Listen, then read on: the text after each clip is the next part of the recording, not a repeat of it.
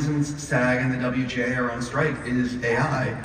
How do you view AI and its place in Hollywood? Gareth?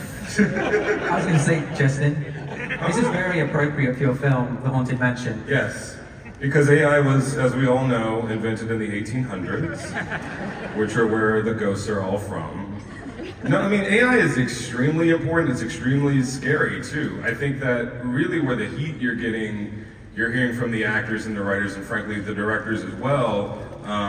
You know, the DGA we were able to actually get AI in the language, which was a hard feat. And hopefully we can expand upon it, because it's a world in which, like, you kind of feel like the artist can get squeezed out.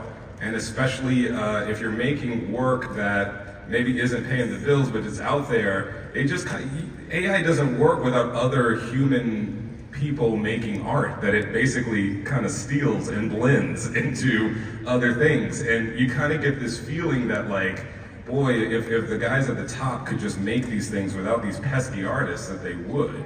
And that feeling isn't out of nowhere, okay? It's something that I think if you go through the crucible of Hollywood, you feel that in a number of ways. So I think it's important both to protect the artists whose work are getting pulled into all of these different AI models, but also, you know, I just don't think it's as fun or as interesting as letting, like, humans tell stories to other humans. I don't know. Yeah, I think we all agree with this, that the first thing we do want to make clear is we all stand with the writers and actors. And getting a fair deal. We're contractually obliged to promote our movies. Yes, we were told to be here. Look, and also we're all, you know, it's really cool to be able to have the original actors' sort of image in the thing. It helps make the storytelling feel more cohesive. So it's not like a never kind of a thing, but solely starring, you know, CGI versions of once alive humans. That's not for me. That's not for me. I mean, I don't know about you guys, but what I found is whenever you do a CG character of any kind, whatever it is it has to be based on an underlying performance. Yes. If you are just animating it from scratch, it gets into uncanny valley really fast. Yeah. And anything good I've seen on the internet, even with AI, i.e. deep fakes and stuff, it's always based on a performance underneath of a human. And I've not seen anything yet that looks good that is not that. Very good, but what was it about, how long ago did you start writing the script? And were you thinking, you know what I mean, the AI aspect, it's a great time to have it coming out. You mean it's great that robots are going to wipe out humanity? And we're really lucky because of that little fact. Yeah.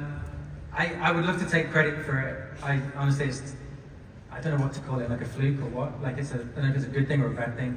To be honest, when we started doing this, the AI the idea was that AI represented other people that are different to us, that look different, and we see them as the enemy and they see us as the enemy, and that's how it started. But the second you actually have AI in your story, all kinds of fascinating questions just kind of bubble up really fast, like, are they alive? Is it real? How would you know? Does it matter? Like, what happens if you want to turn them off? What if they don't want to be turned off?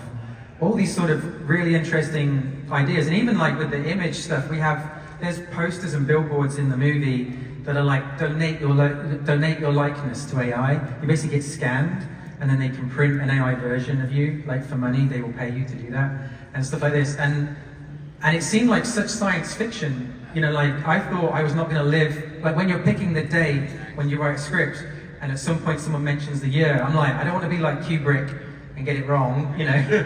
And so like, what day? And I ended up going with 2070. And I'm like, now it feels like I should have gone with 2024.